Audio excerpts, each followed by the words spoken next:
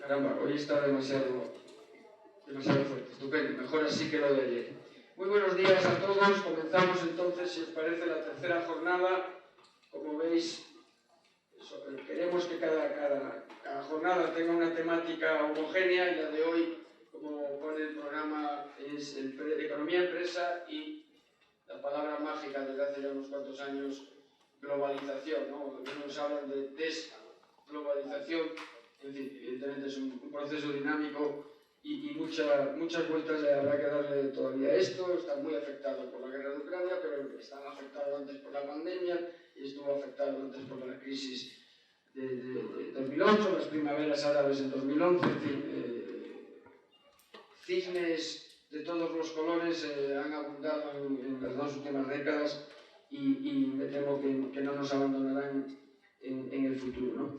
Pues bien, para abordar esta temática de economía, empresa y globalización, tenemos esta primera sesión por la mañana y luego, como veis en el programa, por la tarde, la mesa redonda relativa a las empresas españolas, precisamente ante el reto de la globalización, para mantener el hilo conductor.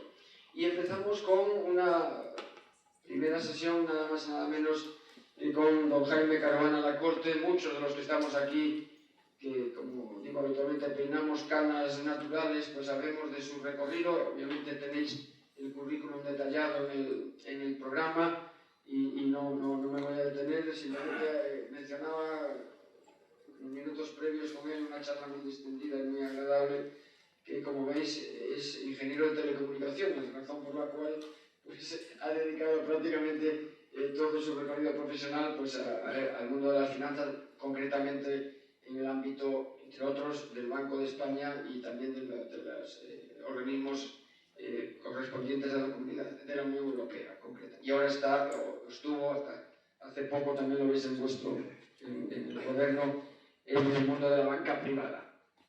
Nos va a hablar, como veis ahí, de las claves económicas de la globalización, cuando hemos ido a hablar de las cadenas de valor y de regionalizar la globalización y de una globalización más proteccionista, en fin, una serie de conceptos que nadie mejor que él para desgranar, deslindar y muy probablemente para deshacer equívocos que los legos en la materia a veces utilizamos temerariamente de manera totalmente incorrecta. Jaime, muchísimas gracias por aceptar la invitación de participar en nuestro curso.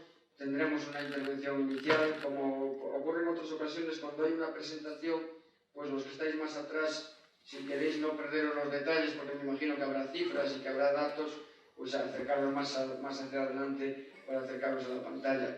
Y luego, pues, por supuesto, tendremos un coloquio habitual con el ponente.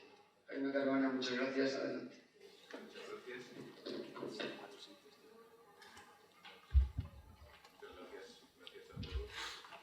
Y empezando agradeciendo al general Francisco José Jacoba del Instituto Español de Estudios Estratégicos por invitarme, a Federico Arnal, el comandante que me ha venido esporeando con artículos suyos también sobre este tema. Y quería agradecerles porque realmente el tema de la globalización es un tema muy relevante, muy controvertido. Veo mucha gente joven en los asistentes, a los que agradezco todo su presencia, pero me gustaría empezar diciendo eso, que la globalización, las discusiones sobre la globalización vienen de hace mucho tiempo, incluso en las épocas doradas de la globalización. Y para demostrarlo, quería poner una primera, y lo voy a explicar enseguida. Estos son finales del siglo pasado. Cuando yo empezaba a ir a las reuniones internacionales, bueno, pues en aquel momento había toda una serie de protestas anti-globalización. Y eso está en uno de los primeros recuerdos míos. Estas corresponden a Seattle, que fue uno de los sitios donde hubo mayores manifestaciones, y se refieren al comercio internacional, una reunión del WTO.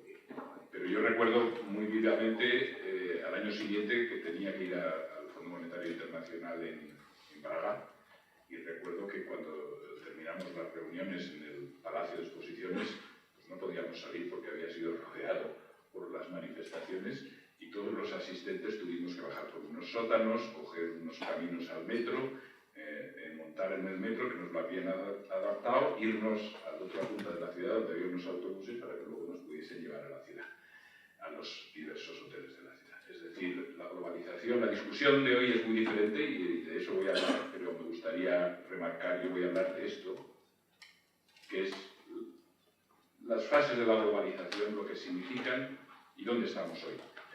Eso es a lo que voy a dedicar yo la presentación.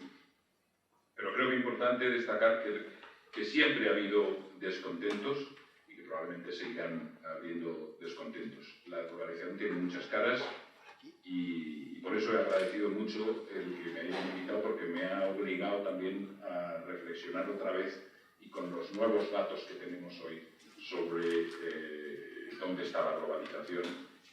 Y particularmente estamos en un momento muy complejo y donde las incertidumbres geopolíticas y las macroeconómicas pues, se entrelazan, probablemente más que en ningún otro momento anterior. El otro día yo leía en el periódico alguien que escribía que no estamos en una época de muchos cambios, estamos en un cambio de época.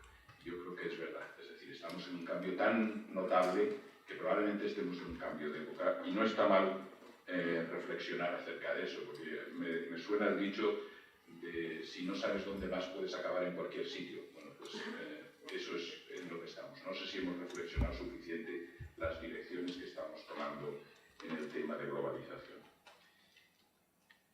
De hecho, el orden está cambiando. Al final de la Segunda Guerra Mundial, pues de alguna manera, tratando de evitar lo que había pasado en el periodo entre guerras, se crea un orden económico internacional que se basa en unos puntos muy sencillos. Y los voy a resumir. El primero es que cuando los países comercian, los dos países ganan. Todos los países ganan. No quiere decir que todo el mundo gane, pero sí que todos los países ganan. Es decir, el libre comercio no es un juego de suma cero. No es que cuando uno gane tenga que ser a costa de que los otros pierden. Esto viene de teoría de las ventajas comparativas de David Ricardo siglos antes. Pero ese es el primer principio de eficiencia económica. Se puede ganar todo el mundo. Segundo principio también importante y que también ha tenido influencia es que cuando dos países comercian, no pelean. Es decir, normalmente uno no suele pelear con su suministrador o con su cliente. Es decir, que el comercio facilita relaciones pacíficas. Quizás el tercer principio es que, insisto, un poco tratando de evitar lo que había pasado en el periodo entre guerras, que fue un periodo de total falta de cooperación, es decir, de todo lo contrario, se necesitan unas reglas básicas y se necesitan unas instituciones que mantengan las reglas básicas. Y ahí aparecen las instituciones de Bretton Woods, que son pues, el Fondo Monetario, que se dedica a la estabilidad monetaria y financiera, el Banco Mundial para el crecimiento, y el GATT, en aquel momento se llamaba GATT, que es el que trata de hacer un acuerdo sobre aranceles, sobre el libre comercio. Luego se convertirá en el WTO o OMC, Organización Mundial del Comercio, y curiosamente con un principio que es el principio de reciprocidad. Es decir, a pesar de que la teoría económica te diría, bueno, tú ganas incluso aunque seas tú el que bajes los aranceles y los otros no los bajen. Incluso tu país puedes ganar así. Pero lógicamente ahí hay una componente política que hace que el acuerdo al que se llega es que tiene que ser recíproco. Es decir, yo bajo los aranceles, pero tú también bajas los aranceles y entonces la ganancia es incluso superior. Quizás dentro de este marco institucional de instituciones aparece otro elemento importante y es que el centro del comercio, el centro de los pagos es el dólar. El dólar aparece en el centro del esquema, va cambiando, primero es convertible en oro hasta 1971 y después pues ya son con paridades fijas pero sin convertir en oro y luego finalmente pasamos a un periodo de crecimiento en el que se considera que lo normal es tener tipos de cambio flotantes. Y siendo el dólar el centro del esquema, parte del esquema y de las reglas de juego que nos dimos entonces, Estados Unidos, como país hegemónico en muchos aspectos, pues parece como el centro, coordinador, a veces se le considera desde un punto de vista político también policía, etc., es el que ha definido muchas de las reglas, el que ha participado activamente en la definición de las reglas y con ello le lleva una cierta servidumbre de tener que servir algunos costes asociados en la defensa de lo que sería el orden internacional. ¿Cuál ha sido la consecuencia de estos acuerdos y de estas reglas que nos dimos? Pues un periodo muy largo de paz que ha sacado del subdesarrollo y de la pobreza a millones de personas. No es un acuerdo perfecto y, de hecho, pues, conforme ha ido avanzando, han aparecido problemas. El problema de la desigualdad. Antes yo decía que ambos países ganan, pero no quiere decir que todos ganen. Ha habido problemas de desigualdad que no se han resuelto de manera suficiente. Esto ha generado un descontento creciente y hay otros problemas que luego iremos viendo. Tampoco ha sido un orden estático. Ya he hablado antes de que el papel del dólar ha ido cambiando. Al principio el centro con convertibilidad, luego sin convertibilidad, etcétera. Pero no solo eso, también en términos pues, geopolíticos las cosas han ido cambiando. Primero un momento de Guerra Fría con Rusia, luego viene la caída del muro en el 89 y Francis Fukuyama se hace famoso al declarar el fin de la historia, es decir, que la guerra ideológica de alguna manera ha terminado y que ha habido un ganador, que es el sistema liberal democrático capitalista, que se considera como una forma de gobierno. Desafortunadamente, pues esto no ha funcionado como se esperaba. Lo que quería decir es que con aciertos y con errores hemos vivido un periodo en el que los niveles de vida se han elevado y en los que se han creado una multitud de vínculos, redes de interdependencia, comerciales primero, después de los comerciales viene lo financiero, luego lo social, lo cultural, que son realmente difíciles de deshacer. Y yo creo que la pregunta es, ¿realmente creemos que podemos dar marcha atrás a todo esto que se ha hecho durante todos los años sin costes o con costes mínimos? ¿Creemos que podemos mantener todo lo que hemos conseguido positivo si vamos en dirección contraria a como hemos ido en los últimos años? Y es una pregunta pertinente porque los tres puntos que yo he mencionado antes, que han basado un poco las relaciones comerciales y las relaciones internacionales, pues están siendo cuestionados y se han venido degradando. El primer punto es todos ganan, o si no todos ganan, no es un juego de suma cero, pero, como ya he dicho antes, la realidad es que se han generado situaciones de desigualdad bastante notables que no han sido bien resueltas y ha habido grupos que se han considerado desfavorecidos, con razón, y algunas veces localizados en una misma región, lo cual todavía agudiza el problema.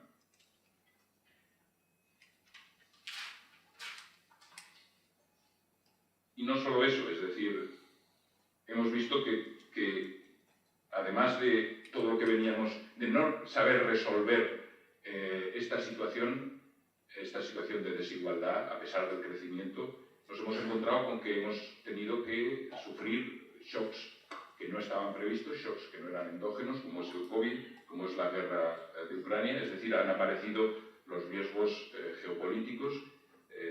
Hemos visto el coste de tener una excesiva dependencia energética, el coste de que se pueden romper las cadenas de valor, las cadenas de suministro, y aparecen toda una serie de conceptos, el decoupling, todos en inglés desafortunadamente, el decoupling, es decir, el desconectarse, el risking, es decir, tratar de reducir los riesgos, el reshoring, traerte la producción a casa, el friendshoring, traértelo a la casa del amigo, o el nearshoring, que es traértelo al vecino.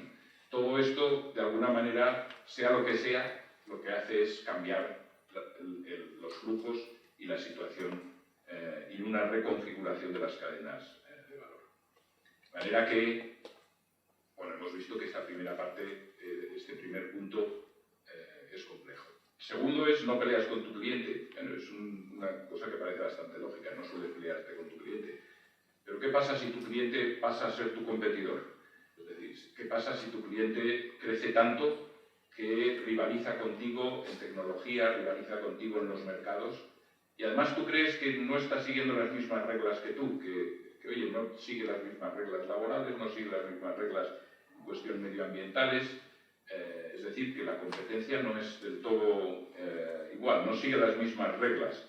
De alguna manera piensas que el orden internacional que has dado lo está utilizando a su favor. Bueno, pues ya empiezas a pensar que a lo mejor sí que tienes que hacer alguna cosa más y que no puede seguir y planteas unos ciertos conflictos, ¿no? Además, es verdad que el comercio no ha evitado que algunos países evolucionen hacia regímenes autocráticos o que salgan no ha facilitado que salgan de regímenes autocráticos y finalmente, pues al final no ha evitado una guerra en Europa, con lo cual, bueno, pues también el segundo punto ha recibido ataque. Y luego el tercero, que es el de las reglas e instituciones, da la impresión de que ha desilusionado a todos. Algunos porque no han sido suficientemente efectivas y a otros porque no se sienten igualmente representados o suficientemente representados en estas instituciones que toman decisiones. Incluso Estados Unidos, que es de los que estaba en el centro, pues han mostrado un cierto desapego a todas estas instituciones internacionales y de alguna manera cuestiona incluso su propio papel en el centro digamos, de la colaboración internacional. Entonces, ¿hacia dónde vamos sin estos puntos anteriores? Nos dirigimos a un orden pues, complejo, probablemente multipolar, un mundo más fragmentado y sin unas reglas claras. Probablemente la regla de la fuerza, del poder, de las alianzas, está sustituyendo pues, unas reglas un poco más racionales que se habían planteado tras la guerra. Me gustaría, esta es una pequeña introducción, me gustaría enfocarme en algunos puntos, no en todo el tema, y no quiero tratar de convencerles. Yo voy a decir primero que soy pro globalización, es decir, creo que la globalización ha sido muy positiva y creo que tenemos muchísimos riesgos ahora en estos momentos de ir en dirección contraria. Creo que no lo valoramos suficientemente. Entonces, si ustedes quieren aplicar algún descuento a lo que digo por pro-globalización, sí, soy pro-globalización. Y eso es mi opinión. Entonces, busco un poco el debate más que otra cosa, no quiero convencer a nadie. Llegaré a unas conclusiones que las voy a resumir muy rápidamente, porque son 3 conclusiones muy simples o 3 reflexiones finales muy simples. La primera es que todavía estamos a tiempo, es decir, que si uno ve las cifras globales, todavía no muestran un deterioro en la globalización, muestran desafortunadamente tendencias, muestran principios, pero no un deterioro, o al menos no un deterioro notable. Lo que parece que se está produciendo es que en cifras globales pues, nos hemos estancado, estamos más bien reconduciendo, reasignando, reconfigurando las redes comerciales y financieras, más que realmente un proceso de desglobalización claro. Pero eso no es porque no esté pasando nada, todo lo contrario, están pasando muchísimas cosas, se está produciendo esa desviación de comercio, se está regionalizando el comercio. De alguna manera, las cifras, tienes que entrar dentro de las cifras para ver lo que está pasando. Es decir, Estados Unidos está comprando menos de China, pero está comprando más de Vietnam, y China está vendiendo más a Vietnam. De alguna manera, si sumas todas las cifras, dices, bueno, aquí no pasa nada. Sí, están pasando muchas cosas y las cosas se están reconfigurando. En cualquier caso, lo que sí se ve es que es muy difícil echar marcha atrás y que solo intentarlo puede ser muy costoso. Y que un sistema más fragmentado es un sistema menos eficiente y también más inestable, más propenso a los conflictos. Mi segunda conclusión será que es verdad que los conflictos geopolíticos acentúan las presiones proteccionistas que deterioran los motores de crecimiento. Es decir, esto no es bueno para el crecimiento. Pero hay un pero, y es un pero importante. Nos hemos dado cuenta que hay un riesgo geopolítico muy importante y hay que contemplar ese riesgo y, por lo tanto, el de-risking, un cierto de-risking es inevitable. Es decir, vamos a tener que encontrar un equilibrio, pero un cierto de-risking, un cierto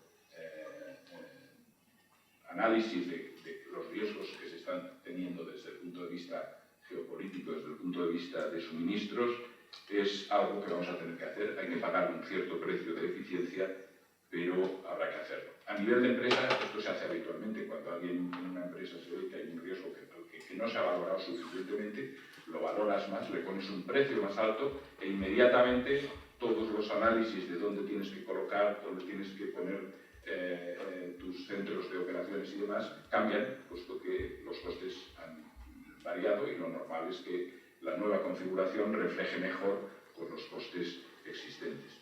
A nivel político me preocupa un poco más porque no es tan racional y creo que puede ser que nos lleve, porque caminos que no necesariamente llevan a un equilibrio positivo para el bienestar mundial. Y me parece que será necesario hacer un esfuerzo para mantener el elevado nivel que se necesita de cooperación internacional y multilateral. Y luego el punto final, la tercera reflexión, ya ve que no son reflexiones muy complicadas, son bastante sencillas, es que tenemos que acertar hacia dónde vamos, es decir, que nos jugamos mucho, es decir, que hemos empezado a andar, pero no estoy seguro de que sepamos hacia dónde. Esto ha sido sin diseño, esto ha sido que las fuerzas nos han ido llevando, nos están llevando, haciendo cosas, pero me parece que el destino final es muy importante. Es decir, va a ser importante el camino y va a ser complicado el camino para llegar al destino final, pero todavía va a ser peor si ese destino final no acertamos y llegamos a un proceso de, digamos, desglobalización muy elevado. Como he empezado diciendo, probablemente vamos a un mundo multipolar. Federico Aznar lo ha calificado de asimétrico, algunas veces lo califica de desencajado, yo creo que se le pueden aplicar muchos adjetivos, pero es algo que tendremos que entender mejor y probablemente haya que limar para que podamos seguir creciendo y mejorando y manteniendo un sistema estable. Y probablemente tendremos que bajar la temperatura en las confrontaciones que tenemos hoy. Estoy pensando obviamente en la guerra en Ucrania. No voy a hablar de eso aquí, hay muchas personas que pueden hablar mucho mejor que yo. Y también el otro gran conflicto es la batalla tecnológica, económica entre China y Estados Unidos, de eso hablaré un poquito más. Y creo que China y USA y Estados Unidos tendrán que encontrar unas reglas de convivencia y además unas reglas de convivencia que no dejen de lado a los otros, porque los otros, siendo ya no solo es Europa, los otros me refiero a países que son importantes, cada vez son más relevantes y cada vez quieren decir más cosas sobre el orden internacional, y me refiero a Brasil, me refiero a la India.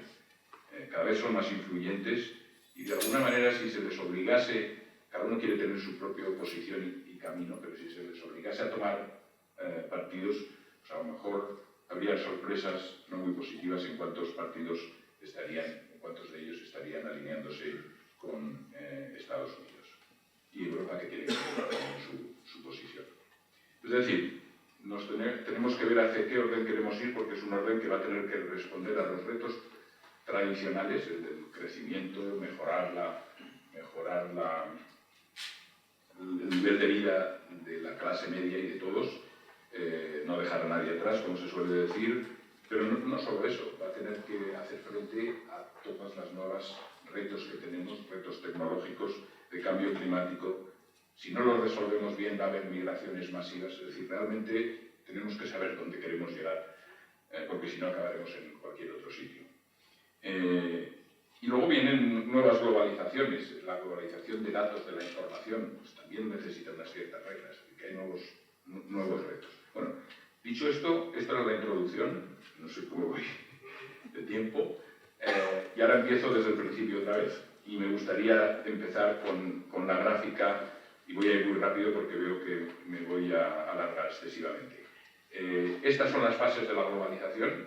Se puede hablar de etapas anteriores, globalización temprana en los siglos XV y XVI, de viajes de exploración y demás, pero realmente cuando se empieza a considerar la globalización es con la industrialización, es decir, cuando los medios de transporte son más potentes, está la máquina de vapor, aparecen acuerdos internacionales que permiten las transacciones, el patrón oro, etcétera, se establecen redes comerciales y se identifican los flujos de capital. Es la primera zona azul y empiezan a crearse y crecer los flujos comerciales. El periodo entre guerras es el primer trozo naranja, no sé si se ve bien los letreros, pero en cualquier caso, tampoco sé si lo apunto bien, sí, ahí, bueno, da igual. Es este primer naranja o rosa, en donde, como he explicado antes, pues lo que hay es una pugna, lo que hay son devaluaciones competitivas. Yo bajo mi moneda porque quiero exportar más, aunque perjudique al país vecino, y bueno, pues a lo que llega es a guerras, a la Gran Depresión y a una situación que realmente hay que evitar. Y donde empieza realmente la industrialización es con las reglas de las que yo venía hablando, es justo después de la Segunda Guerra Mundial, en el azul más clarito, donde pone Fixed Exchange Rates, es decir, cuando se crean las reglas, y las primeras reglas es, oye, estabilidad, fijemos que no haya devaluaciones competitivas, fijemos el tipo de cambio, etc. Eso no se puede mantener por mucho tiempo, porque vienen unos flujos privados brutales, con lo cual al final el dólar se despega del oro, y lo que sucede es pues, un proceso de liberalización que es la época dorada, la época azul, que pone liberalización, que crece la globalización con el orden que nos hemos dotado. Es un periodo excepcional de crecimiento en el que se van incorporando países como China a los mercados, China, India, Rusia, en el que hay progresos sustanciales en los transportes, el container, en las comunicaciones, etcétera, y lo que llegamos es a una reducción notable de la extrema pobreza. Los consumidores tienen acceso a una variedad notable de productos a precios asequibles, hay transferencia de conocimientos, hay estimulación de la innovación, y la combinación de progreso tecnológico y apertura a mercados contribuyen pues, que en general aumente el nivel de vida. Los países emergentes van ganando peso económico, cada vez son más importantes, y aparecen nuevas conexiones de todo tipo, incluidas las culturales. Y bueno, pues estos vientos son favorables y favorecen pues, crecimiento, y además pues, de alguna manera contienen las subidas de precios. Y todo este ha sido el periodo que nos lleva hasta la crisis financiera. Pero debajo de estas tendencias muy positivas pues acumulaban las tensiones y los desequilibrios que ya he mencionado, económicos, de igualdad, financieros, y el cierto descontento que va creciendo en cuanto al reparto de los beneficios. Yo no me he beneficiado tanto de la globalización, y la ansiedad de las clases medias al ver el poco avance que tienen ellos en los países avanzados. Es importante remarcar eso, sobre los beneficios que están consiguiendo en la globalización. Es decir, que los ejes de la discusión era eficiencia versus costes sociales, por decirlo así, a los que se añadían pues, bueno, pues el consumo excesivo de recursos naturales o las preocupaciones medioambientales.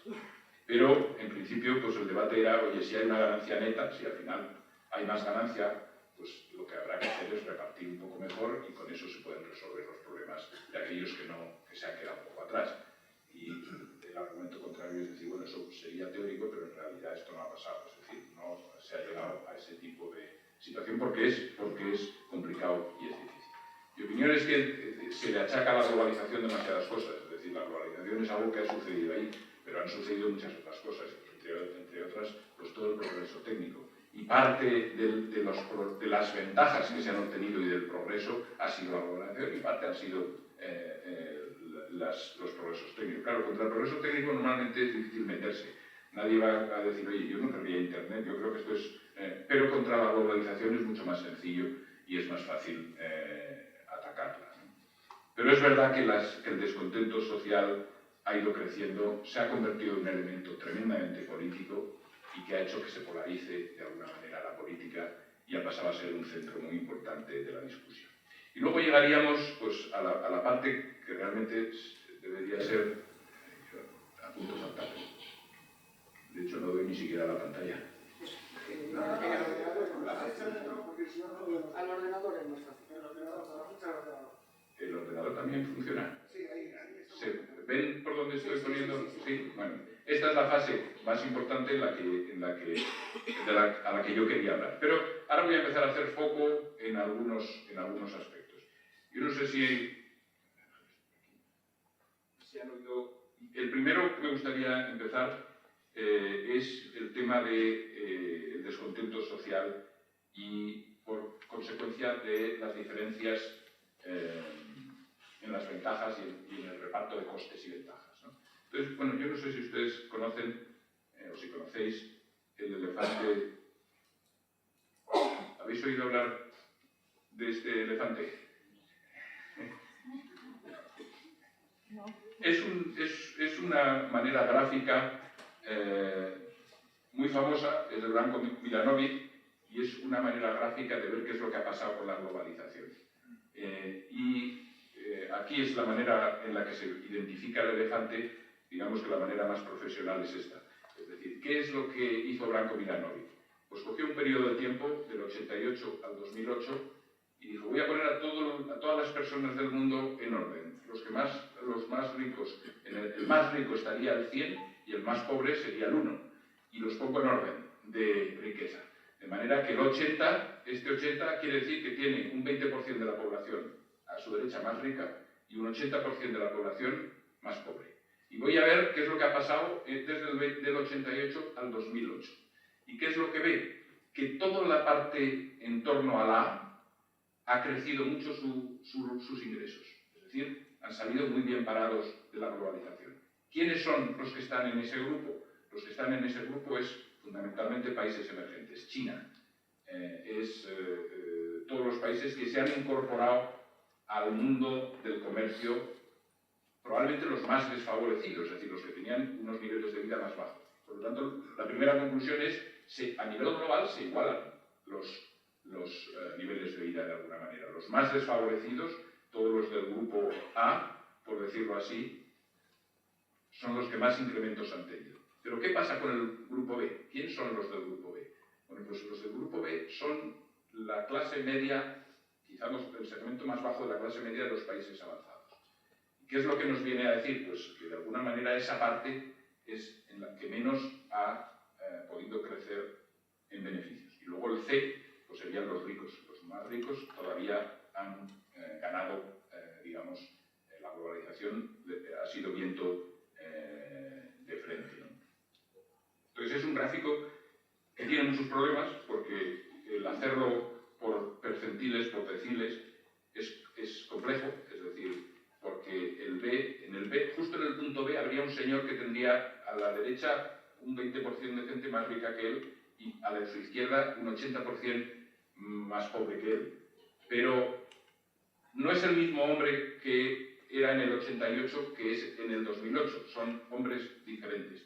De manera que lo que él está diciendo es que el que ocupa esa posición no tiene la misma renta que el que ocupaba la posición en el año 88. Pero el que ocupaba la posición en el año 88 era un señor de la clase media en países avanzados y ahora a lo mejor es un chino que ha mejorado. Con lo cual, digamos que la interpretación es muy complicada y ha tenido unas ciertas críticas. Pero en cualquier caso, yo creo que es válido el razonamiento y el tema general de que ha habido un grupo, de que la desigualdad en el mundo se ha reducido entre países y que los más favorecidos pues, han sido pues, todos los países que tenían unas rentas más bajas y que se han incorporado al comercio mundial.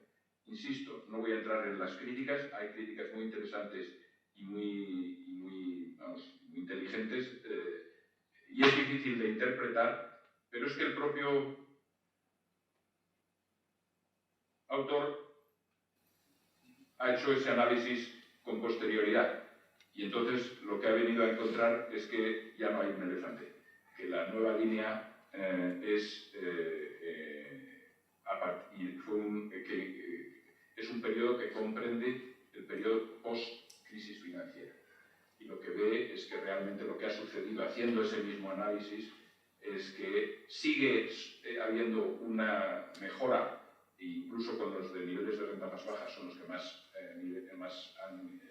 esos segmentos son los que más han subido y sin embargo los B han subido algo y ha sido pues, los más ricos, por decirlo de alguna manera, los de rentas más altas, los que quizás hayan sufrido más. No es muy de extrañar porque el periodo que él ha cogido es un periodo de crisis financiera, que además es la crisis financiera en el momento, es crisis financiera de los países avanzados, fundamentalmente de los países avanzados.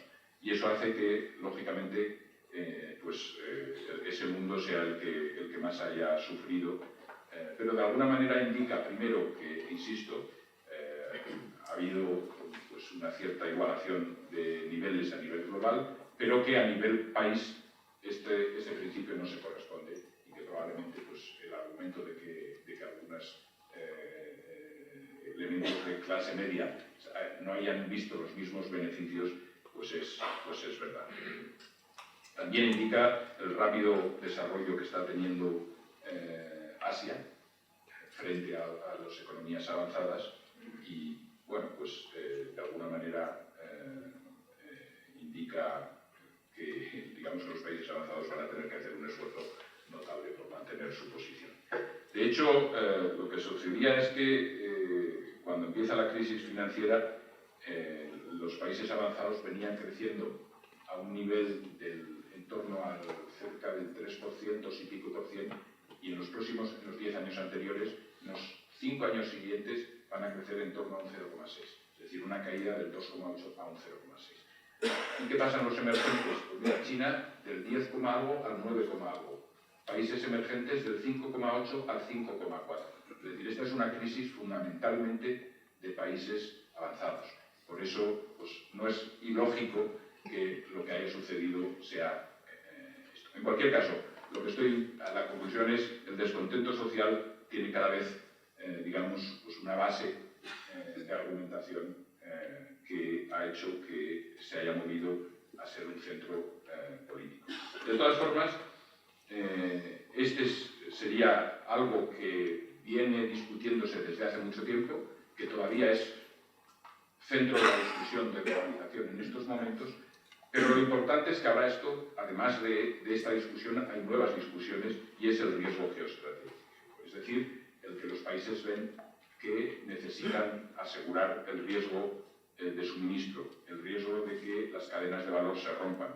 Y es un riesgo real que hay que gestionar. Y esto lo muestra el COVID. COVID muestra la fragilidad de las cadenas de suministros, productos sanitarios, también en otros temas, tecnología, y lo muestra, obviamente, pues, la guerra en Ucrania. La dependencia de suministros energéticos, pues, es algo obvio que ha subido precios, que está en el centro de los debates, y de nuevo, pues aquí hay que buscar soluciones tanto a nivel de empresa, que probablemente sean soluciones racionales, que lleven a reconfiguración de los flujos, pero también hay que reconocer que también a nivel político, pues también parece lógico que haya un cierto grado de respuesta, y aquí pues la preocupación es que la respuesta sea proporcional, sea adecuada y no nos lleve a situaciones extremas en las que perdamos buena parte de lo que hemos venido consiguiendo. Y ahora me gustaría hacer un pequeño apartado de realmente dónde estamos. Es decir, hemos visto un poco los debates importantes, pero ¿dónde estamos? ¿Realmente podemos decir que nos estemos desglobalizando?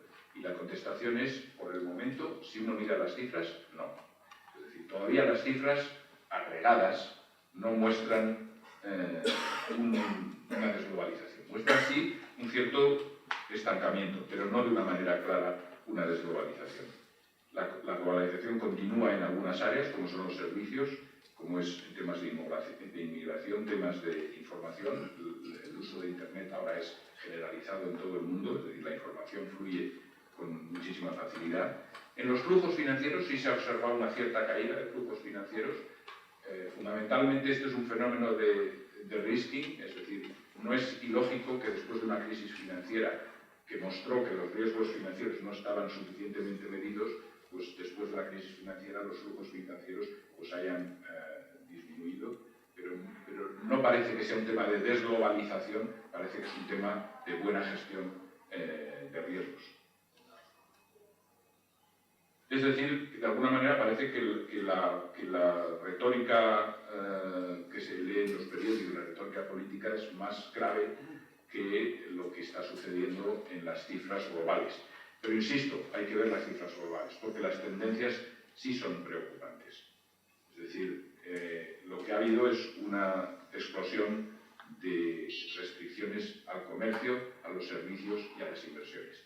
Y se puede apreciar en esta gráfica, es decir, realmente este nivel es 10 veces el que existía hace 10 años. Es decir, se han multiplicado por 10 el número de restricciones que se ponen al comercio. Y esto se hace en sectores estratégicos claves, objetivo es asegurar fuentes de energía, mejorar digitalización, todo son sectores quizás no es generalizado, son sectores específicos, pero es algo que está sucediendo, y lo que está sucediendo es, como decíamos antes, pues un cierto desplazamiento regional. No se ven las cifras globales porque hay desplazamiento a comercio intrarregional. Por ejemplo, aquí se ve qué es lo que importa a Estados Unidos. Y si se ve China, a ver si puedo apuntar a China, que ha llegado a tener un 20 y tantos por cien, un 26%, pues ahora estamos en niveles del 16%, me parece. No sé, 19%, perdón. Una caída de como 7 puntos porcentuales en las importaciones de Estados Unidos.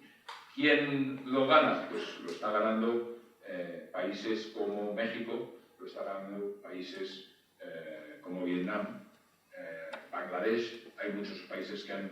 Y claro, aunque parezca que no es muy importante, una pequeña caída, menor exportación de China a Estados Unidos, en volumen para China a lo mejor no es significativo, pero para Bangladesh es multiplicar por 2 sus exportaciones, es decir, los beneficios que están obteniendo pueden ser extraordinariamente notables, ¿no?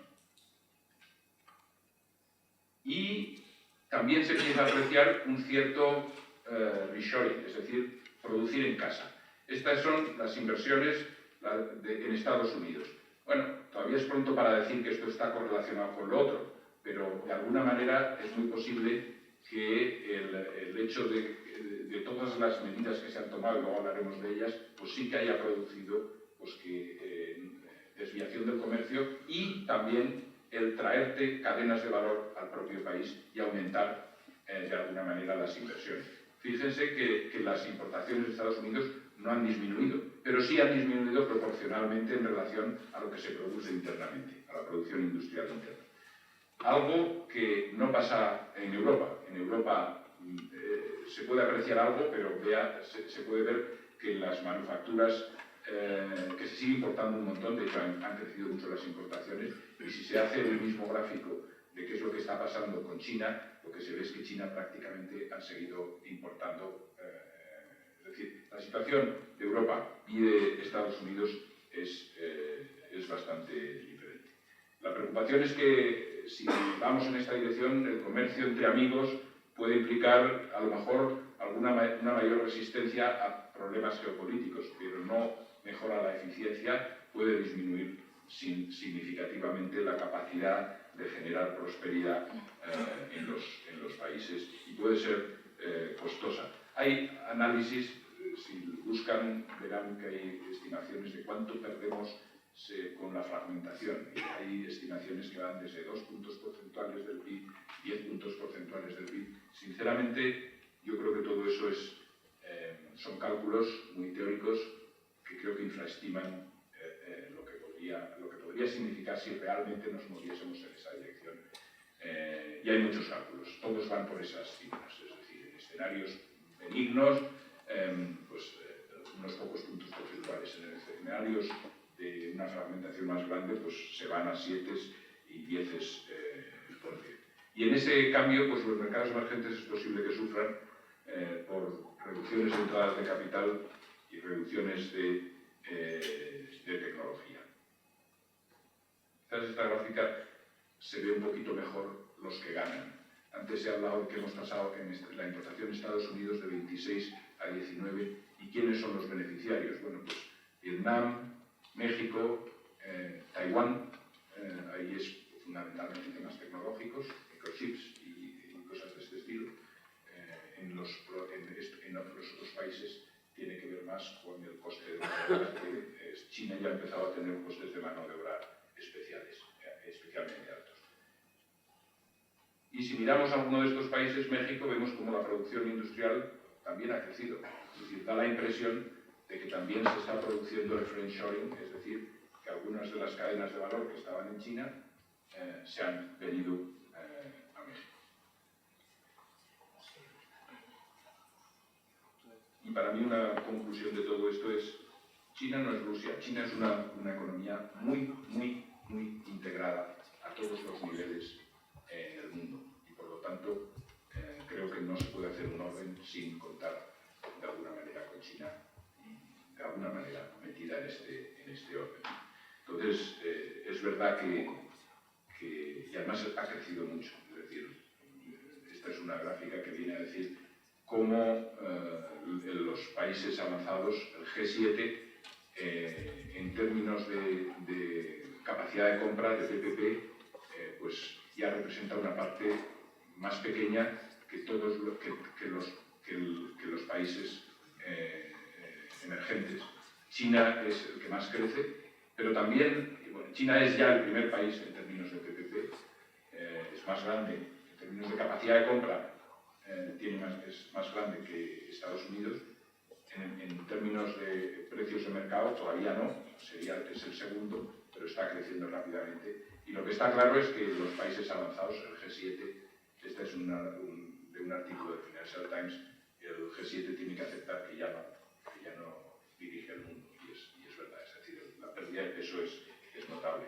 Si lo queremos en términos, viendo exactamente qué es la posición de China, pues vamos viendo que en Estados Unidos ha pasado 30, 25, 24, y China de un 3 y pico, en el momento que se incorpora al comercio mundial, pues pasa a 18 y a 20%, por lo tanto creciendo a una velocidad. Es decir, vamos a un mundo multilateral porque India crece menos, pero también tiene importancia, y Brasil también tiene importancia. Y estas rivalidades que se están generando al crecer tan rápidamente China hace que las economías occidentales pues, hayan considerado necesario implementar toda una serie de medidas que les llaman de construir resiliencia, es decir, de construir más fortaleza, pero que en el fondo tienen una componente, digamos, nacionalista, proteccionista bastante relevante. Y además introduciendo nuevos elementos. Ya no solo es pues, protección tipo arancelaria, sino pues, rescatar del baúl pues, políticas industriales que se habían dejado por mucho tiempo y que pues, todavía hay dudas de cuál es la eficacia. En el corto plazo pueden tener eficacia, pero en el medio y largo plazo pues, normalmente han llevado a no utilizar bien los recursos, por decirlo de manera benigna. Pero pues, la ley de reducción de la inflación en Estados Unidos, la ley de producción de defensa, la ley de chips y de ciencia, todo ese tipo de leyes son leyes que van dirigidas a proporcionar subvenciones, a fortalecer la economía nacional frente a las importaciones y por lo tanto pues los nuevos elementos de política que se han introducido en estas batallas. Y Europa ha ido detrás, no ya solo del Next Generation, pero Repower, la Unión Europea, el Plan Industrial Verde, la Ley de Materias Primas Críticas, es decir, pues los países industrializados están tratando de responder a esto. Quizás las americanas con un sesgo un poco proteccionista, primando fundamentalmente cuando las partes son de producción nacional. Me parece que me he pasado ya, pero todavía me queda muchísimo. Entonces, es que pedirme que resuma la globalización, voy a ir muy rápidamente. Solo voy a decir primero que China es clave en todo este tema. China es, en algunos casos, el principal país con el que comercian algunos de los BRICS, es decir, Brasil, su primer cliente es China. Australia, su primer cliente es China. Indonesia casi igual que el G7, es decir, no estamos hablando que igual que otro país o que Estados Unidos, es igual que todo el G7. Es decir, China es ahora una potencia y realmente ha aumentado su influencia política primero con inversiones en países en desarrollo, buscando materias primas. El Belt and Road, que es toda una serie de infraestructuras para acercar países, es una gran iniciativa. El comercio, esta es la prueba de que el papel de China en el comercio es cada vez más importante, sobre todo para unos determinados países.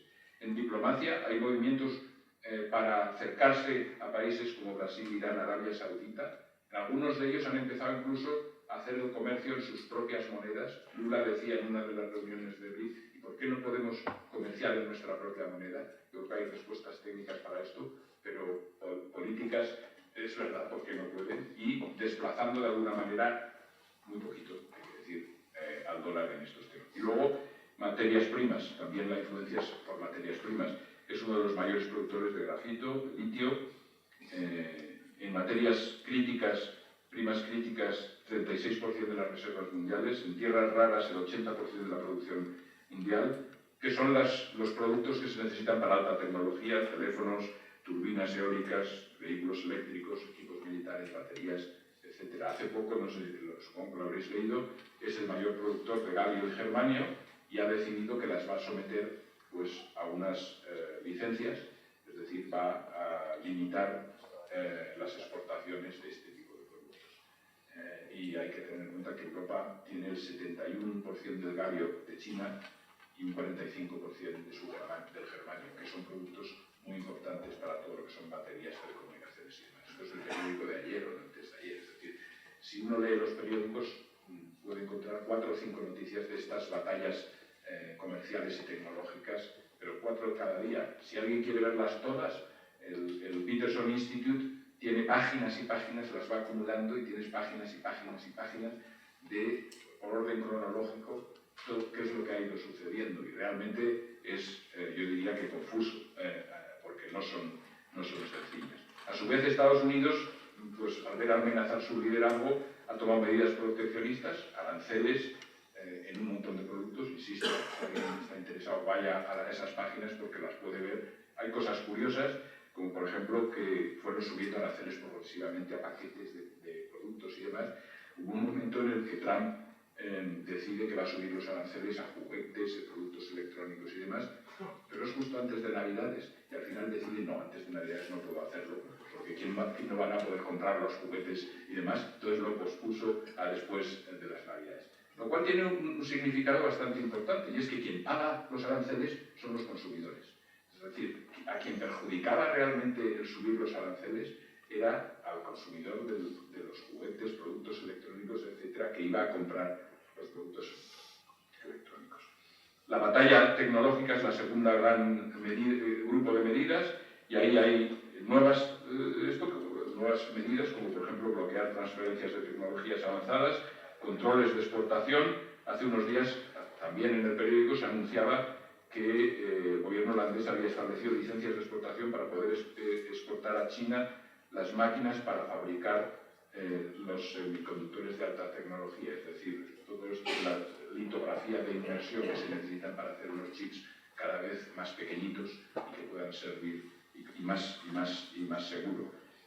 Esto es lo mismo que viene haciendo Estados Unidos, que viene haciendo Japón, y es posible que lo que acaba de hacer China, de decir, bueno, tú no me vendes las máquinas, yo no te vendo los productos, las materias primas, sea pues parte de una batalla. Ha evitado que las empresas chinas adquieran chips con tecnología estadounidense, que ahí hay una empresa china fundamental que es la Semiconductors Manufacturing International Corporation, tiene una cuota relativamente pequeña comparada con la taiwanesa, que tiene el 50% del mercado. La batalla de Huawei en su liderazgo por el 5%, y luego pues todas las políticas de revitalizar el propio país con subvenciones de 53.000 millones de dólares, excepción de impuestos del 25%, y todo esto por seguridad nacional, argumentado en la argumentación, proteccionismo y demás, por seguridad nacional. Más normas para asegurar la cadena de suministros, más monitorización de inversiones extranjeras. Todo esto es lo que de alguna manera se viene viendo y se viene leyendo en el periódico, y supone una escalada de medidas. No siempre se puede decir proteccionista, es decir, una medida de subvención de una industria es un tema mucho más complicado de analizar, pero que de alguna manera tienen un cierto componente, y además no solo ha sido con China, es decir, con Europa también, pues todo lo que son las importaciones de acero y aluminio, pues también ha habido sus problemas y que todavía no están totalmente resueltos. Pero quizás lo más importante es que Estados Unidos se ha sumado a la adopción de este tipo de políticas industriales que antes estaban de alguna manera en desuso. Hay un buen artículo de Gillian Tett en el Financial Times que habla un poco de la trascendencia de este cambio. Es un cambio muy trascendente, es decir, veníamos, hace 40 años aparecieron los Reaganomics, que era de alguna manera pues, una reacción a gobiernos demasiado paternalistas y demasiado influyentes en los mercados para dar más libertad a los mercados y que se reconfigurasen, y que ha funcionado muy bien. Pues ahora han aparecido los Bidenomics, que es lo contrario, es decir, volvemos un poco a decir que tiene que haber inversiones inteligentes, que hay que subvencionar, que hay que subsidiar, es un conjunto de medidas, adoptar inversiones en infraestructura, frenar el monopolio corporativo, y que todas tienen, pues de alguna manera van con la etiqueta esta de America First, Estados Unidos primero, que curiosamente continúa siendo algo que tenía un origen en Trump.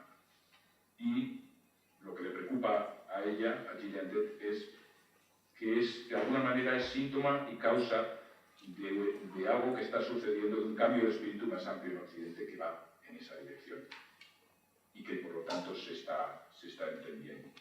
Iba a hablar de la Unión Europea, pero creo que tienen mañana a Unia, pero tendrá que encontrar un sitio, y este sitio pues tiene que ser con unas reglas. Creo que a Europa le viene bien tener un mundo con reglas, y que en estas reglas pues esté incorporada de alguna manera China. Solo quería mencionar muy rápidamente la guerra, porque al final no he hablado apenas del tema de la guerra, no voy a hablar de la guerra ni de los aspectos estratégicos aquí, no me atrevo, pero sí a decir algo de las sanciones. Y yo creo que es importante ver que efectivamente no es un análisis sencillo, pero las sanciones son sin precedentes, están haciendo daño sin duda a la economía rusa, pero hay que reconocer que la economía rusa lo está haciendo relativamente bien. Es decir, se esperaba que iba a caer pues, a lo mejor entre un 8 y un 10%, y el año pasado cayó un 2,1%, y este año pues, posiblemente tenga ya un crecimiento positivo. Es decir, la economía rusa lo está sobrellevando mejor de lo que se esperaba. Hay que tener en cuenta que Rusia tiene algunas características que le hacen difícil que las sanciones sean totalmente efectivas. Por una parte, como proveedor fundamental de energía, el desacoplarse de la energía ha sido complicado. Es decir, primero ha llevado a precios más altos, y segundo, pues ha sido un proceso lento. Es decir, tú no puedes decir, oye, tú tienes un 50% de mis suministros, pues ya no te compro al día siguiente, eso no puede ser. Y esto es parte de lo que ha sucedido. Pero es que además, bueno, no todos los países están igualmente de acuerdo en las sanciones, con lo cual pues, Rusia tiene acceso a otros mercados, y además ha sido capaz de reconstruir las cadenas de valor. Por ejemplo, aquí se ve cómo las exportaciones de crude oil se han dirigido a 3 países aliados suyos, digamos, o al menos afines o amigos, Turquía, India y China, y cómo de ahí, incluso, pues parte de ello se ha venido desviando a la Unión Europea, es decir, o a otros países. Es decir, bueno, es complicado. Además, hay que decirle, en favor de Rusia, es que en los últimos años había mejorado mucho la gestión económica del país. Es decir, es un país que después de las crisis de bajadas de petróleos y demás, pues se movió hacia sistemas mejores de gestión, incluso una regla fiscal que hacía que se generase un fondo de reserva cuando el precio del petróleo era muy elevado. Es decir, ha habido una serie de elementos, y finalmente pues, es un país que tiene un superávit por cuenta corriente. El superávit por cuenta corriente quiere decir que el que le quites las reservas que haya podido depositar en el mundo no le afecta demasiado, porque aunque se las llegases a quitar, porque con lo que gana, lo que ingresa con el comercio puede pagar perfectamente las importaciones. Por lo tanto, no necesita lo que tiene, entre comillas, no necesita. Todo esto hace que hacer que sean dañinas, pues sí, hace daño, y además este daño irá creciendo poco a poco. Se está viendo que las exportaciones están disminuyendo en valor por limitaciones de precio, por bajadas de exportaciones, que las importaciones están subiendo porque la economía ha logrado subir a base de demanda interna. Cuando tú le das presión a la demanda interna con políticas fiscales, con demanda, lo que está sucediendo es que también necesita más importaciones, con lo cual el excedente de cuenta corriente cada vez se va estrechando, es decir, cada vez le limita más. Los problemas presupuestarios son crecientes, ha tenido que echar mano de ese fondo de riqueza que iba creando, y sobre todo Rusia tenía ya problemas de crecimiento potencial de largo plazo que todo esto lo agrava. Es decir, las sanciones van a hacer efecto, y van a hacer efecto progresivamente. Pero pensar que solo el tipo de sanciones pueden forzar y demás, yo creo que Rusia es una economía que tiene suficientes, entre comillas, recursos para poder salir adelante. Se ha hablado, y ya con esto voy a terminar, y me voy a quitar las 3 últimas conclusiones que yo tenía porque las he dicho de manera resumida, pero se ha hablado de que a lo mejor sí que afecta al dólar como moneda de intercambio. Bueno, el dólar se puede ver aquí que es el 60% y no está cambiando mucho. En esta gráfica se ve mejor. En términos de pagos, pues incluso desde el 12 al 22 ha subido. En términos de reservas, pues quizás ha descendido un poquito. Bueno, es decir, realmente el papel internacional del dólar es muy difícil de pelear. Es verdad que cada vez hay países que con China están decidiendo negociar y fijar los precios en sus propias monedas. Ese es un principio, es decir, es un principio muy complicado, porque cuando un país tiene que negociar con varios países, eso de lo bilateral, cada uno con nuestra moneda, es muy complicado. Por eso existe una moneda que es el dólar, a través de la cual se canalizan los pagos. Pero está sucediendo, y de hecho, si se miran los pagos de una manera específicamente, se verá que no se está dañando el dólar, es decir, el dólar todavía ha subido, pero sí un poquito el euro, y que la moneda china pues está ganando, pero muy poquito. Es decir, yo creo que esto todavía es muy pronto para hablar, pero los primeros ladrillos se van poniendo, es decir, se están poniendo unas primeras dudas. Y parte de las dudas es, oiga, si yo tenía mis reservas en el extranjero, confiando en la seguridad jurídica, y es de unas deudas del país, ahora me las confiscan. Bueno, eso hace que algunos países puedan pensarse si realmente el dólar es el mejor sitio donde voy a mantener mis reservas. Insisto, son indicios, son pequeñas cosas, no está sucediendo nada, ni es previsible que en el corto plazo se vaya a producir nada. Ya mi última reflexión era, yo creo que tenemos que acertar hacia dónde vamos. El camino va a ser complicado, es decir, el camino va a ser complicado, va a ser incómodo, vamos a tener que tomar decisiones en incertidumbre, con muchas incertidumbres, con muchos shocks y con una cierta inestabilidad. Los márgenes de política económica en términos de deuda, porque ya hemos acumulado mucha, en términos de política monetaria, en términos de política fiscal, son cada vez más pequeños. El ciclo financiero es diferente. Yo creo que todo el mundo está pensando que los tipos de interés volverán otra vez a bajar a los niveles que hemos visto. Tengo todas mis dudas, es decir, es posible que bajen y fluctuarán, pero hemos vuelto, digamos, a un mundo anterior en el que los tipos de interés eran tipos de interés positivos e importantes. Y además sobre el tipo de interés sin riesgo se añaden primas de riesgo por largos plazos, primas de riesgo por riesgo de crédito, todo eso que durante 15 años ha desaparecido casi del mapa, pues ha vuelto, y no creo que vayamos en eso para atrás. Hemos venido creciendo, en mi opinión, con unos patrones de crecimiento no muy equilibrados.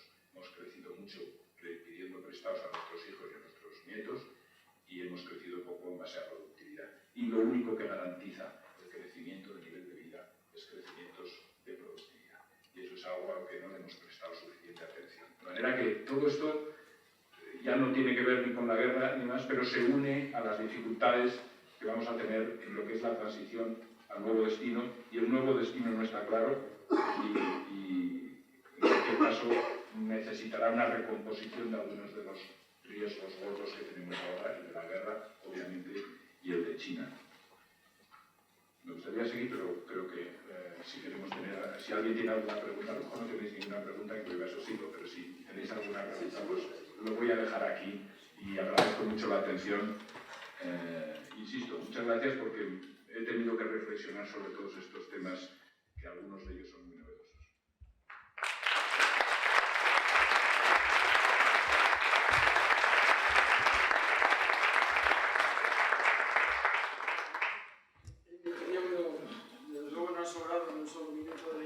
Y ahora tenemos un buen rato todavía para el coloquio, con lo cual seguro que volvemos sobre muchos de estos puntos. Nos has hecho un repaso magnífico sobre la denostada globalización, que evidentemente no faltan razones tampoco para criticarlo, faltaría más, pero yo coincido contigo, nos sometemos en cualquier caso al dictamen de la audiencia. Aquí es un proceso básicamente beneficioso, hay un montón de retos globales, no solo uno económico y financiero, que solo se pueden gestionar de manera global, calentamiento global, carga de armamentos, flujos masivos de personas o pandemias, como hemos visto recientemente, ¿no? Otra cosa es que haya que corregir errores, que haya que corregir excesos que sin duda se habrán producido.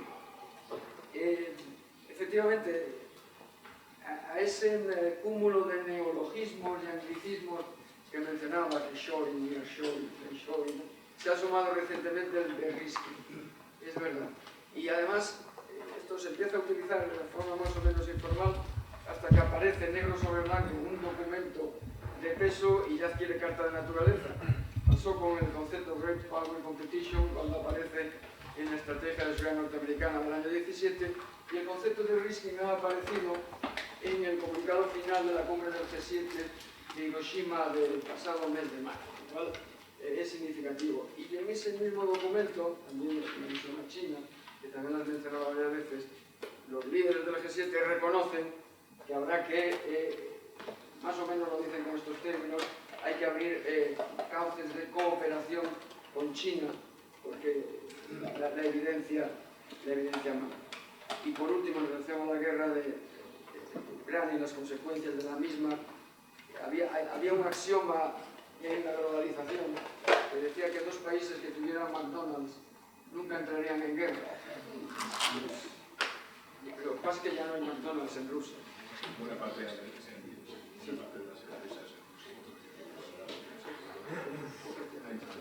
Bien, pues sin más dilación, porque lo importante es escuchar a Caruana, por favor, manos arriba, y Lola, con su mejor criterio, va dando la palabra. Señor Caruana, Juan Carlos Estarillas, según la lista de competencias de terrorismo y biología, pertenece al Instituto Juan Velázquez Federal, investigación histórica de la Universidad Carlos III.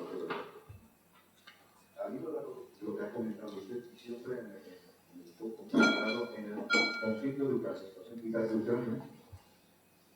El 14 de marzo del 22 conocimos que el Kremlin tenía en el sistema económico monetario europeo la cantidad de 368.500 millones de dólares en divisas provenientes, principalmente dedicadas a inversión, transferencias y pagos. No se oye, claro. No se oye. Acércalo a la... Sí, centramos el foco en tres países, principalmente Países Bajos, 47.000 millones. En segundo lugar, Chipre, 180.000 millones de dólares. Y en tercer lugar, el anterior país que pertenecía a la Unión Europea, el Reino Unido, con 55.000 millones de dólares. Es decir, cantidades maleantes, preocupantes. En divisas no financieras que había invertido el precio. Las dos estas no cargan por las siguientes. Primero, por su experiencia como gobernador del Banco de Estado, sobre todo al hilo de evitar o eludir posibles sanciones de la Unión Europea, ¿qué mecanismos, como gobernador, qué mecanismos podrían ser empleados para intentar evitar o eludir posibles sanciones de la Unión Europea? Esa sería la primera cuestión en referencia a esos miles de euros. Y la segunda cuestión tiene que ver cómo ha podido el Kremlin sortear los mecanismos de control del sistema económico monetario europeo, además de los bancos estatales.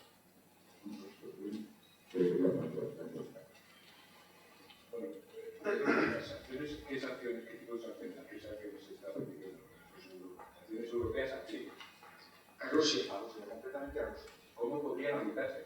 ¿Cómo podríamos, por su experiencia como gobernador, cómo podríamos implementar qué mecanismos tendríamos Para sancionar. Para que sean eficaces? Sí, correcto.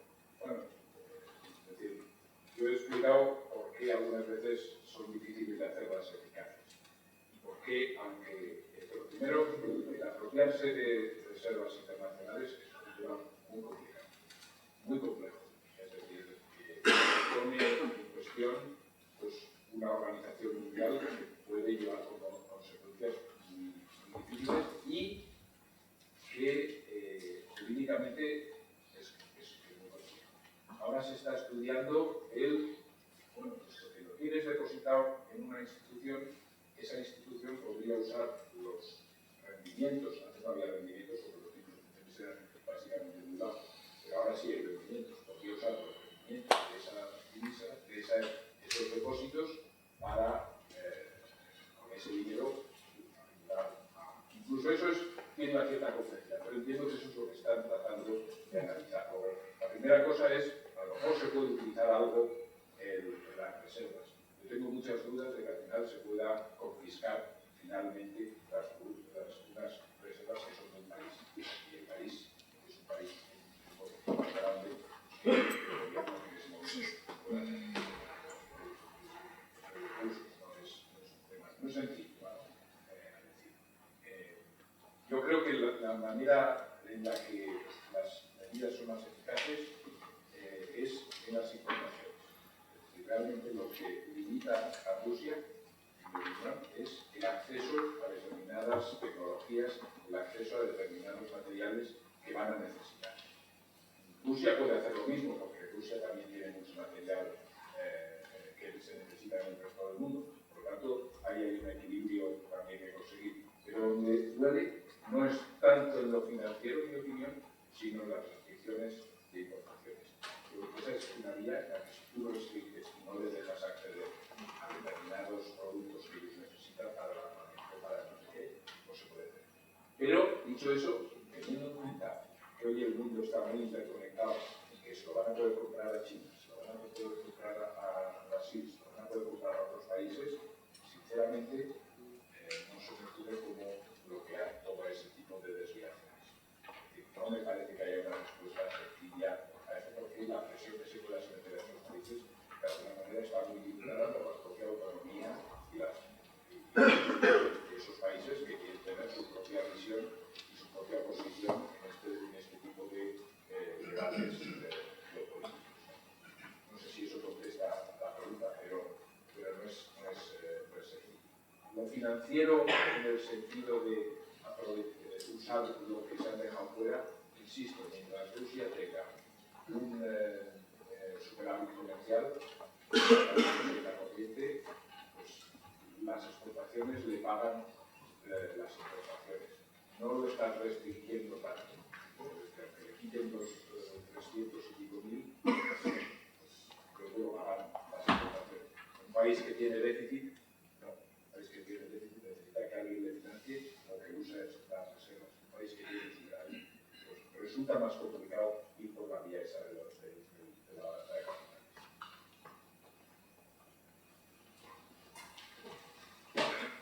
Muchísimas gracias. Soy José.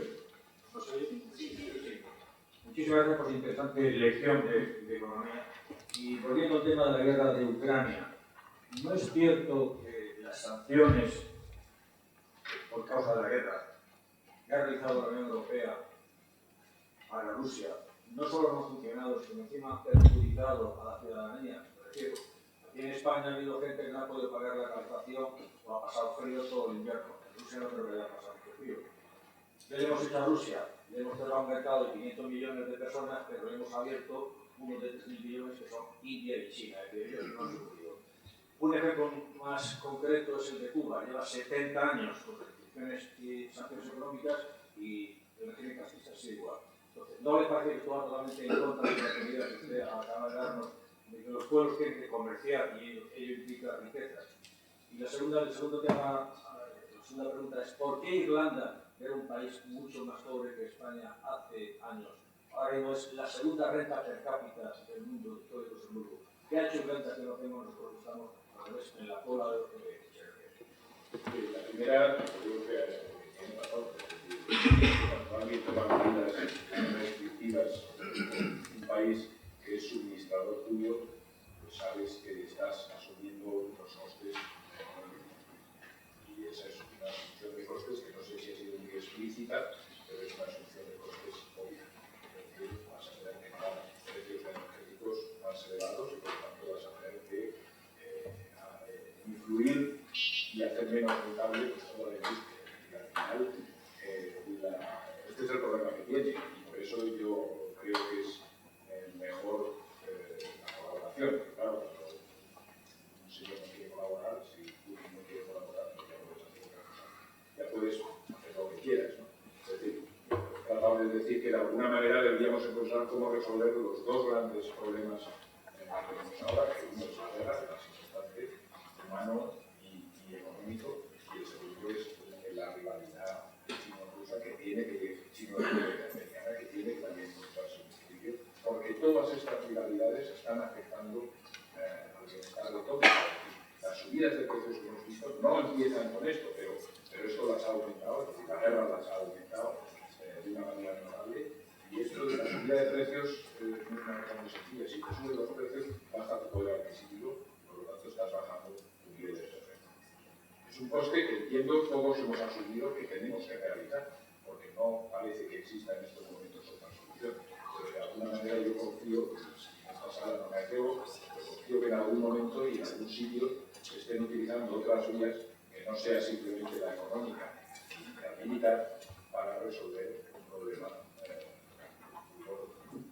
Y en la segunda pregunta, pues efectivamente, es decir, hay países que han logrado hacerlo muy bien y que han logrado mejorar la productividad, atraer inversiones y crecer de una manera más próxima al mercado, y hay países que, sin embargo, pues probablemente no hayan seguido este tipo de políticas, ¿no? La política económica tiene mucho que ver, quizás no haya hecho el énfasis antes, pero muchas veces acusamos a la globalización y en el fondo es que no hemos hecho bien las políticas económicas para el propio desarrollo y para mejorar el bienestar de los ciudadanos.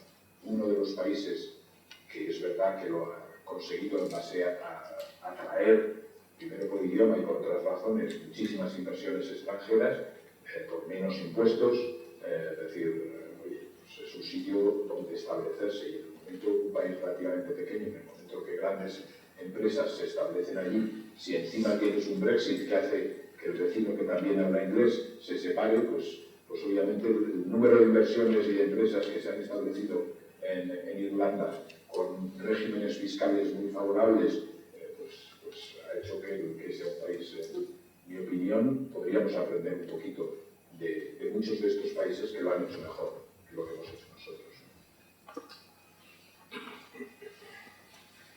Rafael Fraguas, periodista. Don Jaime, me ha gustado mucho su intervención. Quería hacer una pequeña afirmación y una pregunta. La afirmación es la siguiente. Usted ha dicho que no existe crítica prácticamente al progreso tecnológico. Y yo creo que... Sí, me he pasado. Se lo parte esencialmente de nuestras crisis posiblemente vengan de la falta de crítica sobre qué dirección lleva ese progreso tecnológico, porque entre otros resultados está la consunción, la desaparición de las dimensiones espaciotemporales de nuestra cultura. Como primera pregunta. Pero la pregunta es la siguiente. No le he oído nombrar a lo largo de toda su excelente intervención ni una sola vez la palabra democracia. ¿Qué relación existe entre la globalización y la democracia? Porque da la impresión de que al capital financiero cada vez le interesa menos la democracia. ¿Me podría aclarar este aspecto, por favor? Sí, bueno, en el primer punto yo creo que es muy importante y además estoy de acuerdo. Es decir, yo creo que lo tecnológico, y al final lo he tratado de decir, pero lo he resumido tanto que probablemente no haya dicho nada. Lo que quería decir es que realmente el reto tecnológico al que nos enfrentamos es un reto que tiene unas oportunidades tremendas, pero que tiene un riesgo de volver a ser divisivo, es decir, de volver otra vez a aumentar diferencias, gaps tecnológicos, que es súper preocupante. Es decir, alguien decía, a ti no te va a quitar el trabajo la inteligencia artificial, a ti te va a quitar el trabajo uno que sabe utilizar la inteligencia artificial mucho mejor que tú. Entonces, este es un reto muy importante. Y además, ese que sabe utilizar la inteligencia artificial mucho mejor que tú, no va a quitarte solo el trabajo a ti, a lo mejor quita a 10.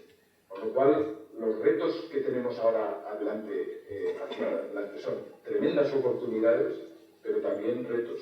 Y yo lo que iba a decir, pero no me ha dado tiempo, pero lo que quería decir, y a veces estamos perdiendo el tiempo en otras cosas, en pocas palabras, es decir, me parece que aquí hay unos retos a los que les deberíamos dedicar muchísima mayor atención. Yo creo, respecto a la democracia, yo creo que cuando hablaba de los que de alguna manera se han deteriorado los cimientos de los principios, a mí me parece que los principios que se establecieron en Bretton Woods y esos principios que han inspirado este periodo de desarrollo son principios que están perfectamente sincronizados con las democracias y que por lo tanto defienden y apoyan, porque defienden la seguridad jurídica, etc.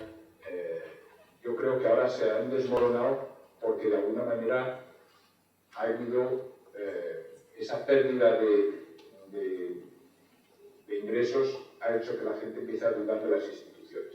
Y en el momento que se duda de las instituciones, en el momento que se duda de los principios y de las instituciones, tenemos un problema mucho más grande y es que puede afectar realmente a los sistemas democráticos. Y es verdad que el comercio ha ayudado a mejorar el nivel de vida, pero que no ha ayudado necesariamente a disminuir aquellos países que tienen sistemas más autocráticos. Yo iba a terminar mi exposición y que aprovecho cualquier excusa para poderlo hacer, ya que no he tenido tiempo, porque a mí me impresionó mucho. Yo, en la reunión aquella que tuvimos en Praga, que era dedicada precisamente a las diferencias de renta y a los costes sociales, hubo un discurso muy emotivo de una persona que se llamaba, Václav Havel, supongo que alguno lo conocerá, pero que fue un intelectual, escritor, líder de la Revolución de Terciopelo, último presidente de Checoslovaquia y primero de la República Checa, es decir, una persona clave. Yo estaba ahí asistiendo, pero realmente fue un discurso emocionante, por decirlo de alguna manera.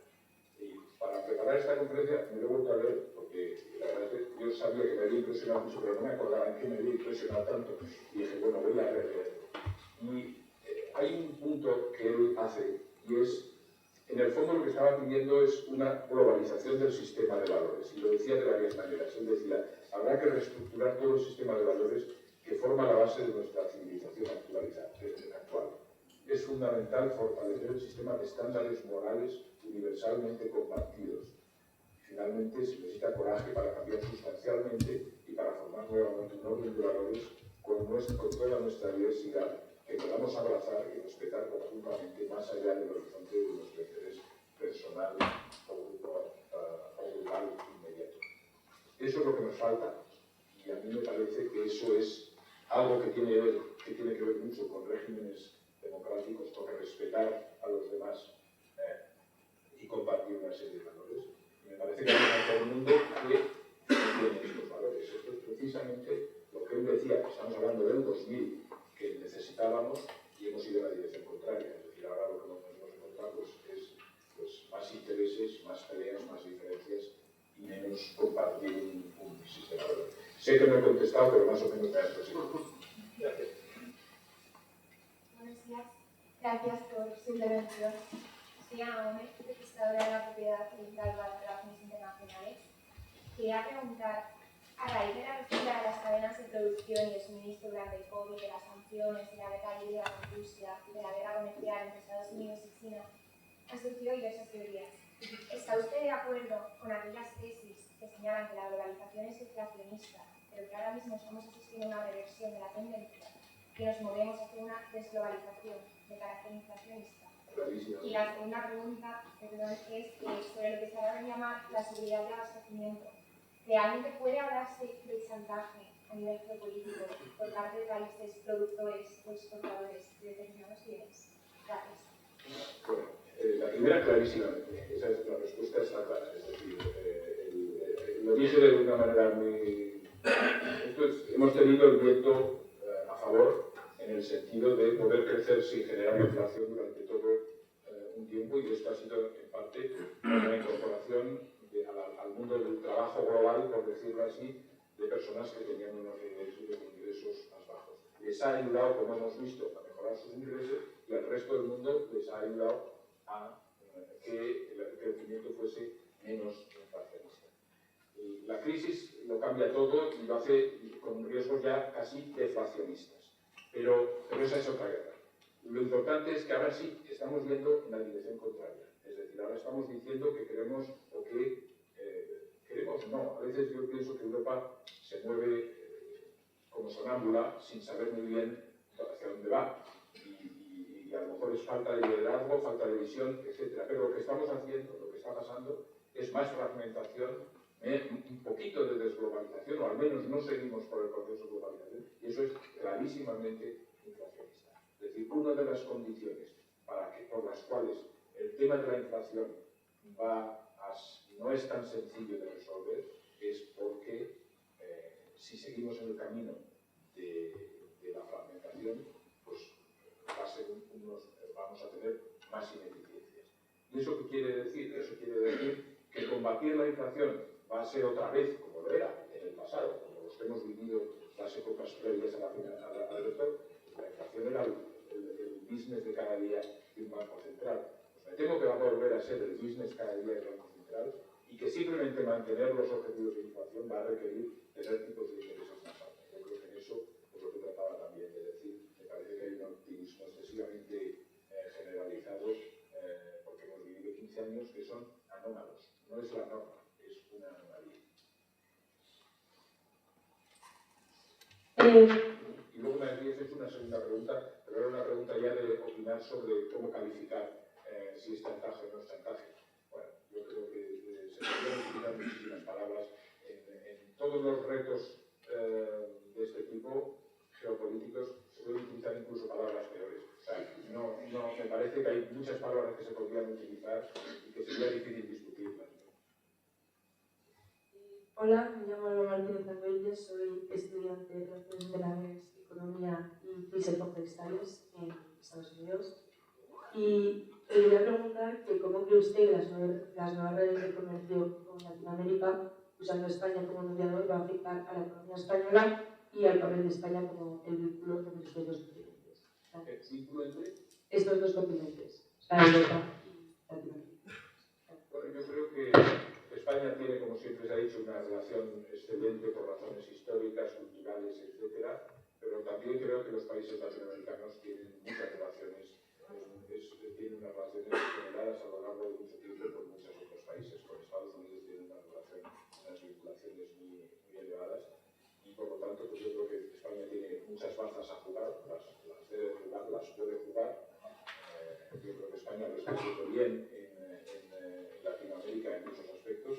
En el mundo financiero, pues es verdad que las relaciones entre España y Latinoamérica pues han sido excelentes. Creo que ha ayudado en ambas direcciones y me parece que ese es un camino que tendremos que seguir. Tanto como para canalizar toda Europa respecto de Latinoamérica y demás, no me atrevería, pero yo creo que sí se puede realizar una labor de puente que pueda funcionar y que pueda servir para las dos partes. Yo creo que de hecho, pues en parte se está haciendo. Europa lo estaba intentando, pero digamos, con un cierto apoyo de la parte de la presidencia española a tratar de establecer estos vínculos. No toda Europa tiene las mismas visiones y será una pelea que habrá que dar. Hola, muy bien. Mi nombre es Soler Rubí, soy doctorando y colaborador del Orden Mundial. Quería preguntarle acerca de las cifras de Rusia, ¿no? Viendo la tendencia suya toda vez que está aumentando mucho de opacidad frente a las publicaciones de sus datos, ¿por qué no creemos datos como, por ejemplo, precisamente su publicación del PIB de estos últimos años, que mencionaba que era cerca del 2,1 2,7 de caída? Cuando creo que recordar que ni siquiera publicaron los datos del último trimestre. Bueno, no estoy seguro de cómo están publicando estadísticas. Yo he visto que sí que publican algunas estadísticas. ¿Son fiables o no son fiables? Pues no lo sé. ¿Para qué te voy a engañar? No lo sé. Es decir, una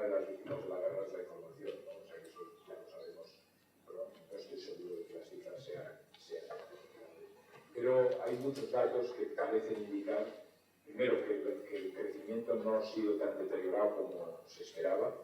Segundo, que la demanda interna está girando relativamente. Y también tampoco es muy difícil creer que cuando tienes un impulso fiscal que está apoyando pues, el armamento militar y demás, pues que en ese momento las caídas de crecimiento sean más pequeñas de lo que uno esperaba. Yo tiendo a pensar, porque hay varias fuentes que se pueden consultar, incluso las que ellos dan, pero si le pones esto con duda, el Fondo Monetario todavía publica datos, estará basado solo en la información que ellos dan, pero tampoco es tan difícil, tampoco es tan fácil cortar una serie estadística que tratando, puedes cambiar cosas. No me atrevo a poner la mano en el fuego por las cifras, pero yo creo que el concepto de que el daño que se ha hecho es menor que el que se esperaba, a mí me parece que eso sigue siendo perfectamente válido.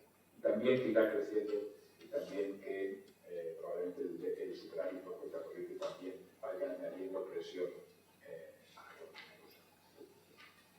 economía. Hola, buenos días.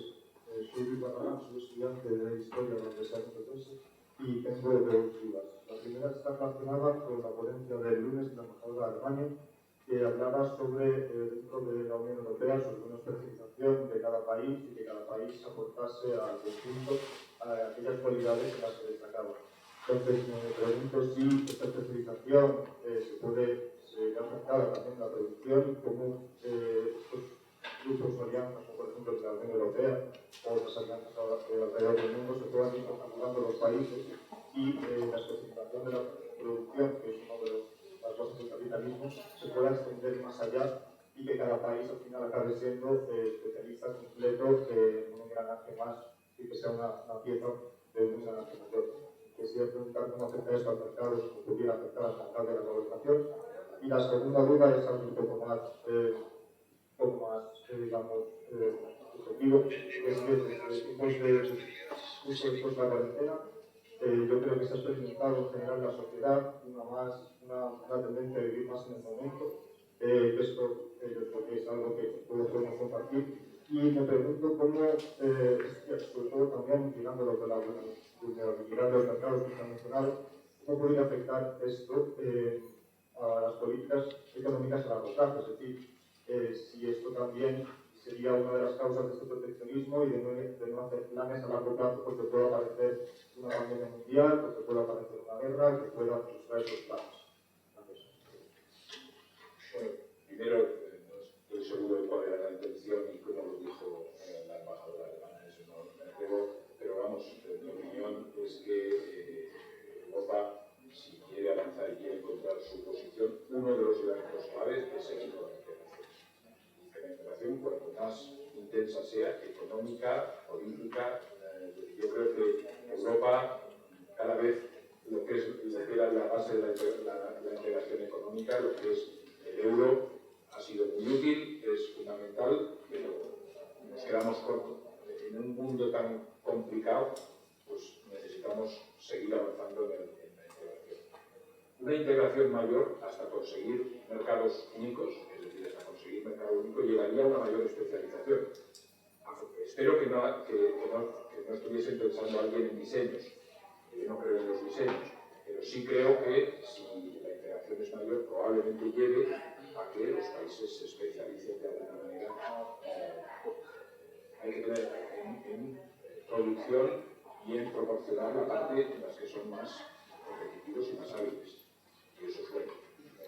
Hay que tener en cuenta que la Unión Europea, aparte de ser una región, y por lo tanto de intentar que la integración sea lo más perfecta, que todavía no lo es, lo más perfecta posible, también es una economía abierta al exterior, es decir, que permite las importaciones y exportaciones, una economía abierta a la competencia, ¿no? A mí esa fórmula me parece que es una fórmula que tiene que tener éxito, pero sin lugar a dudas me parece que nos estamos quedando cortos en la parte de la integración. En mercados financieros todavía no hemos conseguido los mercados financieros. Todavía no tenemos un mercado como el americano, del bono americano, es decir, eso no existe en Europa, no hay un bono europeo. Ha habido ya principios de cosas parecidas, pero todavía no hay un bono europeo y eso es fundamental y tampoco la integración de los mercados para que tengamos realmente un mercado único, pues, incluso en bienes, todavía no lo hay. A veces me da la impresión de que cada vez nos fragmentamos más, incluso dentro de nuestros propios países, con reglamentaciones y reglas diferentes, ¿no? La verdad que yo creo que lo que hay que ir es en la otra dirección. En eso estaría de acuerdo con la embajadora alemana. Europa tiene que especializarse, en mi opinión, en la medida en que consigamos un mercado único y eso sea lo que nos mueva a la especialización. Luego, lo de vivir el momento, pues efectivamente da la impresión de que hemos cambiado un poco nuestra mentalidad. Yo creo que esto no debería cambiar las políticas de largo plazo. Yo creo que esto puede hacer que a lo mejor durante un periodo de tiempo el consumo aumente, el consumo crezca, como de hecho ha crecido. De hecho, lo que se ha visto es que la gente ha ahorrado más, ha mantenido los niveles de liquidez, puesto que ha tenido que estar en casa durante un cierto tiempo y ha ido consumiendo, gastando ese tipo de ahorro. Parece que las incertidumbres también hacen que ahora también haya una cierta tendencia al ahorro. Yo creo que ese es un tema que no debería cambiar la política. La política, en mi opinión, debería ser de largo plazo, no de corto plazo, y eso implica que mires productividades, que mires... Eso es lo que yo creo que falta. Perfectamente creo que esa política podría caber que durante un periodo de tiempo el consumidor quiera consumir más, quiera ahorrar menos, o decida lo contrario. Eso no debería cambiar, porque deberías tener oportunidades, tener capacidad de negocio y tener una economía que permita elegir, que permita seguir, digamos, la experiencia vital y las inversiones que uno quiera hacer y que existan oportunidades, ¿no? Eso, productividad, educación, en fin, hay muchas cosas que deberíamos hablar. Pero es verdad que hay un boom de cierto comercio, turismo, etcétera, que además es un rasgo general, ¿no? que en el corto plazo ayuda a la economía. O sea, que normalizarse. Una última pregunta, porque ya veo que asoman por la puerta urgencias para la siguiente sesión y además no queremos abusar del tiempo de don Jaime Caruana. Una última pregunta, por favor. Hola, buenos días. Soy Jesús Key, soy socio fundador de la gestora de fondos Axi Capital. Quisiera preguntarle si en los últimos 25 años la deuda externa de España prácticamente se ha triplicado. Estamos aproximadamente 1.2 billones de euros de deuda externa. Si algún día usted fuese el ministro de Economía de España, ¿cree que una de las medidas principales sería la reducción de la deuda externa? Y también en relación con lo que comentaba el compañero anteriormente, ¿cree que sería un modelo a seguir Irlanda, por lo menos en tener un tipo impositivo, un impuesto a sociedades más competitivo, al menos para las pymes, de manera que aumente la producción? Muchas gracias. Respecto al primero, yo llevo muchos años, entre comillas, diciendo que los aumentos de los niveles de deuda domésticos y extranjeros es un modelo de crecimiento, un patrón de crecimiento desequilibrado. Yo creo que, lo he dicho antes de una manera más gráfica, estamos pidiendo prestados a nuestros hijos, a nuestros nietos y a los hijos de nuestros vecinos europeos y vecinos mundiales. Es decir, realmente, y esto ya ha venido aumentando globalmente de una manera dispareja, en mi opinión. Es verdad que hemos tenido que pasar durante muchas crisis, que las crisis no han sido sencillas, y que si uno mira los niveles de deuda y los niveles de deuda que compra el Banco Central Europeo, es decir, los balances de los bancos centrales europeos, es decir, que no están absorbiendo el mercado, sino que lo están absorbiendo los propios bancos centrales, veremos que empezó a subir con la crisis financiera, subió bastante, pero con COVID el salto ha sido brutal, de nuevo. Es decir, hemos tenido un par de shocks, la crisis financiera y luego COVID, que ha hecho que las cifras en las que estamos pues, sean muy elevadas y, en mi opinión, no sostenibles. Es decir, soy partidario de que tengan que reducir, sí, y además creo que habrá que hacerlo. la interna y la externa. Es decir, la externa tiene el problema adicional de podernos plantear problemas de financiación de balanza de pagos. Pero estamos en el euro. Confío que esos tipos de problemas que en algún momento se han dado, y entonces la prima de riesgo hace todas las cosas que hemos visto hacer en las crisis pasadas, pues probablemente tenga menos probabilidades. Pero mi opinión es que el crecimiento que deberíamos tener hacia adelante, y sin brusquedades, porque no es sencillo, sería un crecimiento en el que los niveles de deuda fuesen siendo más moderados y, si es posible, empezar a reducirlos. Cuando digo esto, lo digo diciendo muchos años. Todo el mundo me dice, bueno, pero si la deuda es buena, financias inversiones y financias nuevos proyectos, y no, y digo, es verdad.